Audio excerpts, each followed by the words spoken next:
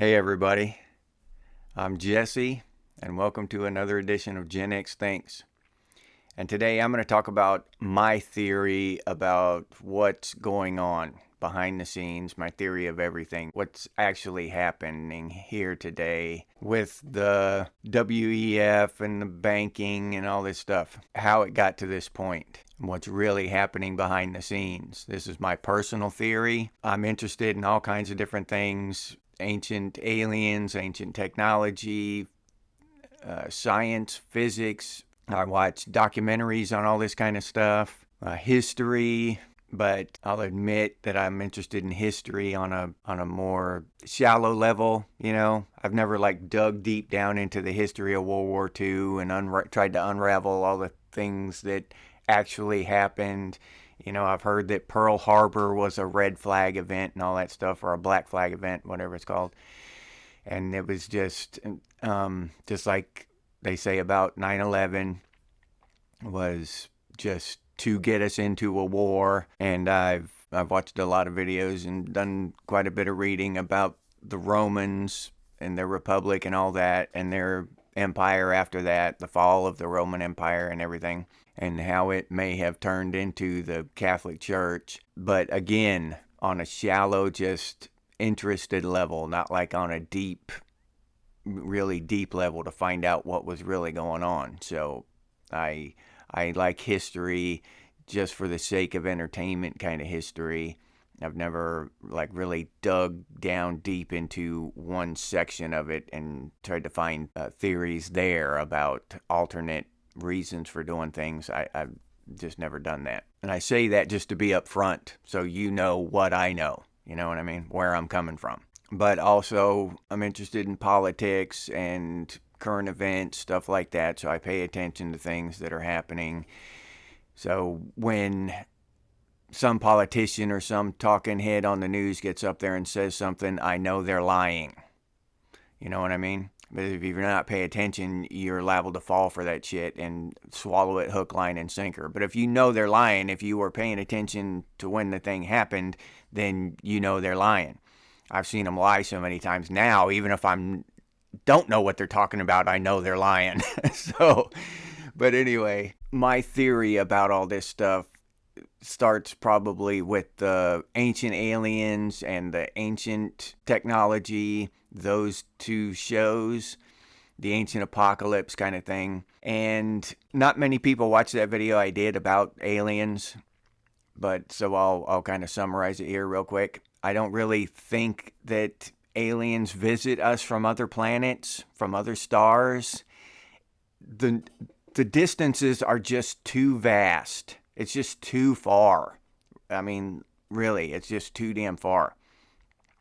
Even if you get to where you can travel at the speed of light, which is unimaginable, it would still take years and years to go from one planet to the other one at the speed of light. And all the folding of space-time and stuff, that's all good in theory, but until they do it, I can't swallow that stuff. So, and then the other thing is that we've got thousands of telescopes now watching the sky, right?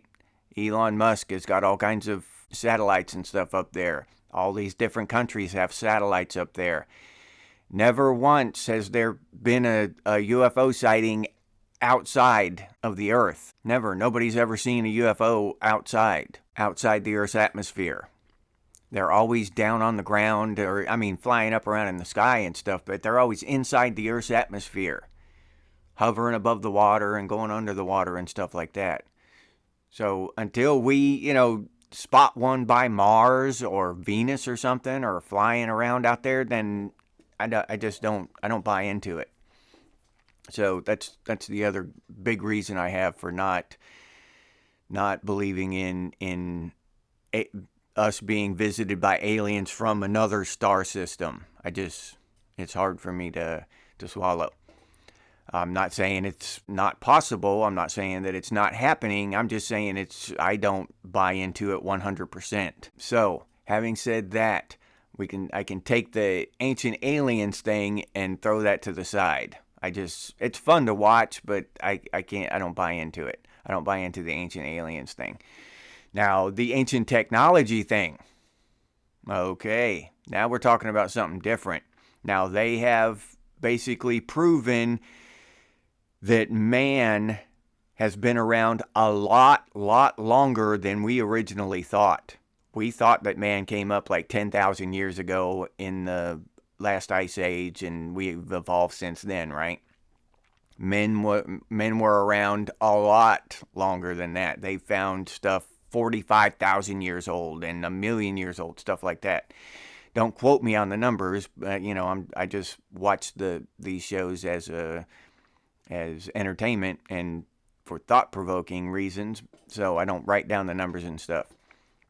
But so now we know that mankind has been around a lot longer than we originally thought.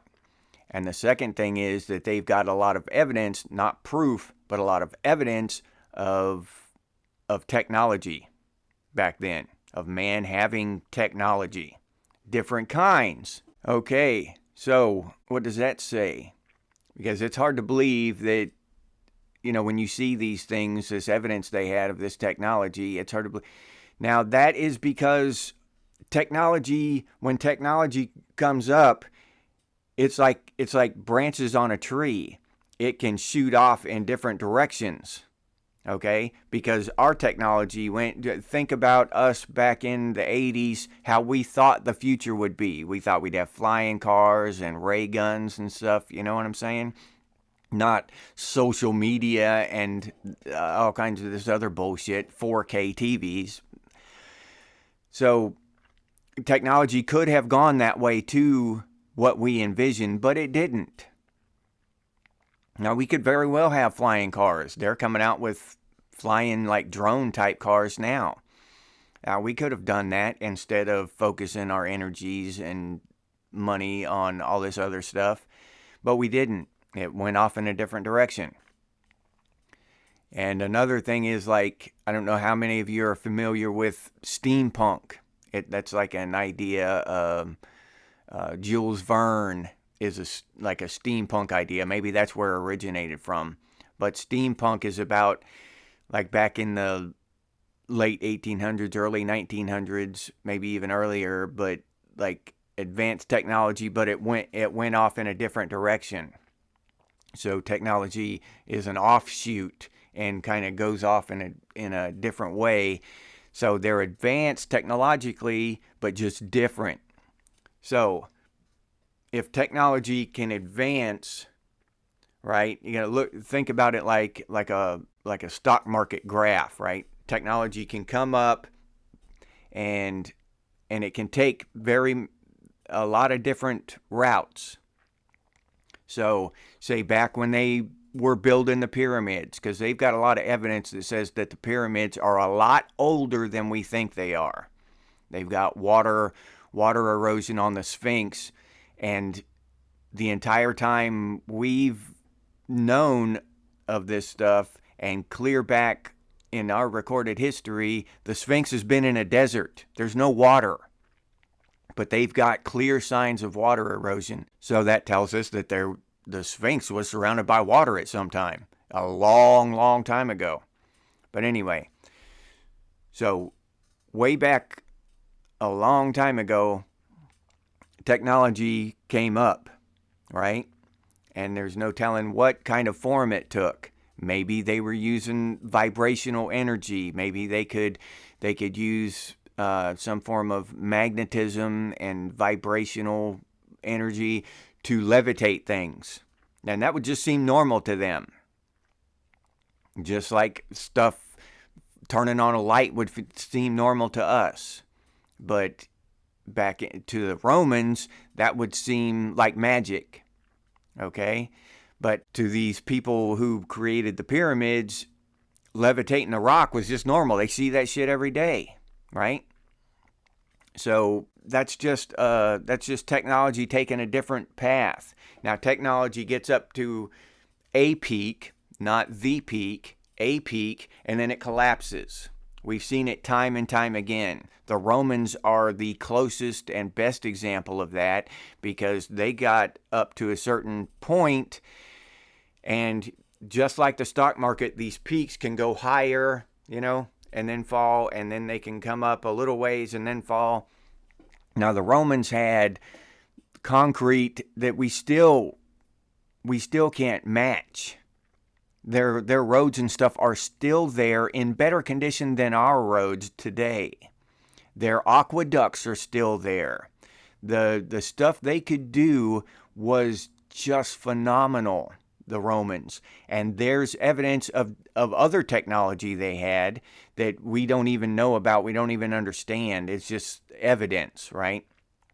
And there's probably other technologies that they have that we don't even know about. So all we have is their writings and some of their old buildings and stuff. So the Romans came up, and then their society collapsed, and it went down into the Dark Ages, and nothing but barbarians fighting everywhere and everything. And even when it started coming back up, and I've read books and stuff about the English and how when they started their technological rise again, they would look at the stuff that they built out of wood and then compare that to what the Romans had built, 500, 600 years ago, and be like, what are we doing? This is awful. We're building these thatch huts, and these Romans 700 years ago, their buildings are still here and in better shape than ours are today. And they had a problem, they had a problem matching that up in their minds. Some of them, when that would think about it. So we've got this. You can look at it as like peaks and valleys on a graph, or you can look at it as cyclical. Top of technology, barbarianism, and that is a cycle that seems to go around and around. Now, the peak on the graph, as I said before, it can go really high before it falls down, or it can just, there can be little peaks and then go really high again. But it seems to keep doing the same thing over and over again. Now, here, to tie this stuff in, we seem to have an agenda from our elites, I call them, but whatever, from the elites. These people that own these central banks and stuff, we seem to have an agenda that has been in place for hundreds of years and kind of hurting humanity in this certain direction. The United States, when those people came over here and founded the United States and gave us God-given freedoms, not freedoms issued to us by a government at their whim, that threw a monkey wrench in their plan. So I think that kind of set them back a ways, because they had to deal with these free thinking, strong, individualistic Americans now. So I think that set their plan back a century or so, if not more. But obviously, this plan has been in place for a very long time, because they had been trying to get this central bank into America since it was founded. But the people were just so opposed to that kind of control and economic control that they wouldn't have it back then. It took generations for us to finally come to accept, the overlord's control of our money. So it's obvious that this plan has been in place for at least hundreds of years.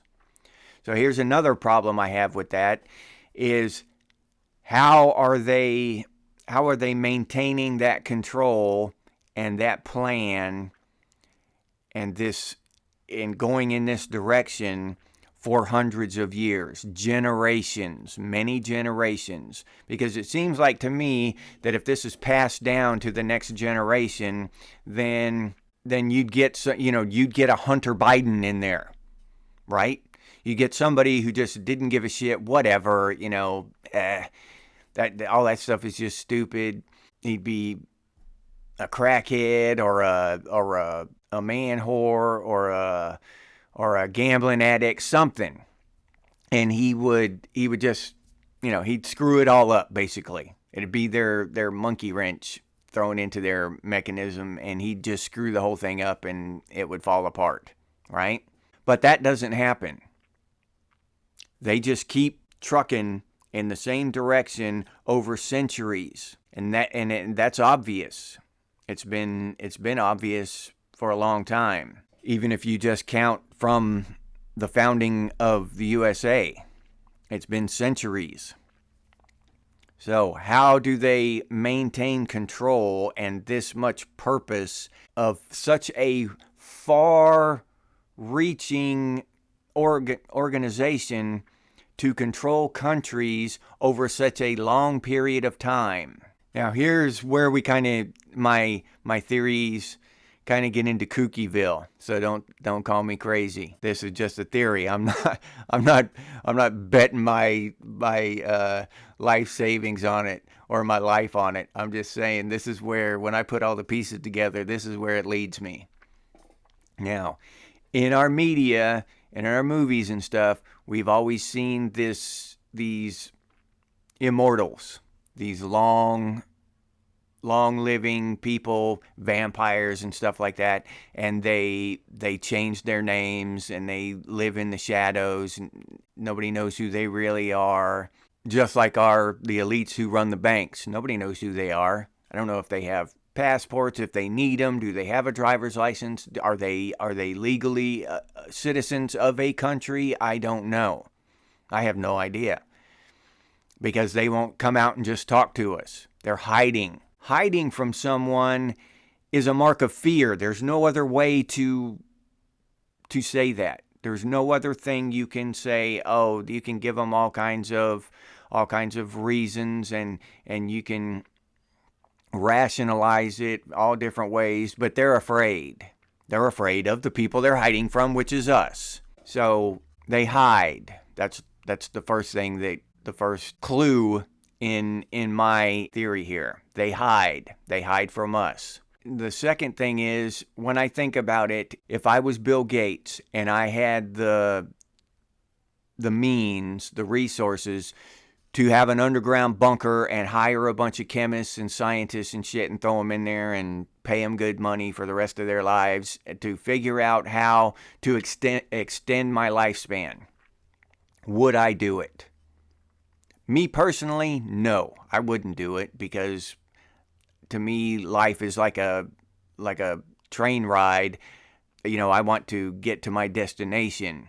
But for some people, life is like a movie, and when it's over, it's over, and they want to make the movie as long as they can because they're enjoying the movie and they don't want it to end. So there's that. If someone had the resources and they could, would they try to figure out how to extend their lifespan? All right, you take that. That's a simple question. Pretty easy to answer. Yeah, a lot of people would. It would surprise me if Bill Gates doesn't have a situation like that somewhere with some scientists trying to figure out how to extend the human lifespan. That's probably what this whole thing is with the science that he's gotten into, but I don't know that. I'm just saying. But common sense tells me that he would do that. Okay, you take that, and then you tie that into the technology going up and down in the past. Okay, technology, let's say, I don't know, a couple 100,000 years ago, that technology got to a peak, and there were a few trillionaires who did that, and they succeeded because technology was off in a direction where they could, and they succeeded. Their scientists figured out, hey, yeah, we got this for you. Here you go. So they extended their lifespan. All right, and then society collapsed.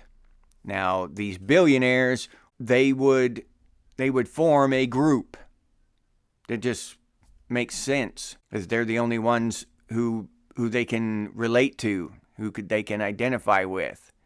So or sitting around, even simply like, we're sitting around drinking the stuff, and then, hey, let's see if we can do this. So they get control of a country, and then it just, over the years, it just keeps growing and growing and growing. They're bored. They are living a long time. Now they cannot stop the cyclical effect, right? They can't stop it, because that's just the way society's built. That's the way the world works. Time is cyclical. We rise and we fall. We rise and we fall. It's just the way it works. So they've got to deal within that constraint, right? So each cycle, they do that. They pick a place and they try to get as much power and control as possible. So maybe it's just a game to them. Because I try to think about it, why? Why would anybody do that? I mean, if I had that many resources and stuff, why wouldn't I try to ease the suffering of people? Think just our Federal Reserve, that privately owned bank that got installed in the United States. You know how much suffering they could ease by just saying, okay, we're getting rid of all the interest and we're going to forgive that loan. Just to give the people of the United States a chance to get back on their feet. But they don't. Not because they need the money. They don't need the money. It's got nothing to do with it. Money means absolutely nothing to them. That's what people don't understand. You think these people are greedy. They don't give a shit about money. Literally, they do not care. It is meaningless to them. It's not greed. I mean, it's greed for control, maybe, for power over people, but not for money. It's only normal people that are greedy for money, not the people that own banks and just have their assistant type in, 42 zeros into their account whenever they want. And they probably don't even have accounts. They just have their people get whatever they want. So it's not even about that. It's not about money. Money is completely meaningless to them. That's something that the people fight over. The sheep down here, not them. They don't give a shit about money. And that in essence is my theory, that at some point in the past, people have acquired longevity, right? The elites, these elites that we have now, acquired this longevity, almost, I don't want to say immortality, because I think, if they got hit by a car, they'd probably die like the rest of us. But they know about the ancient technologies. They know stuff we don't. They know they know where all these ancient technologies were. They knew that, they had these spaceships or whatever buried in the American desert or whatever.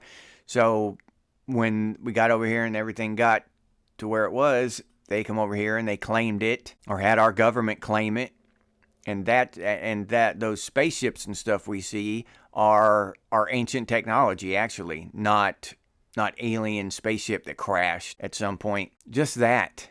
To fly 400 light years and then lose control of your shit like some drunk driver and crash. I mean, back when this thing supposedly crashed in the desert out there, we didn't have any kind of technology to bring it down. We were basically, we had muskets, maybe. So I just don't buy into the whole, alien thing. But ancient technology makes sense. Maybe that's the kind of craft they flew around on, 150,000 years ago. Maybe those pyramids with the flat tops were landing platforms. Maybe.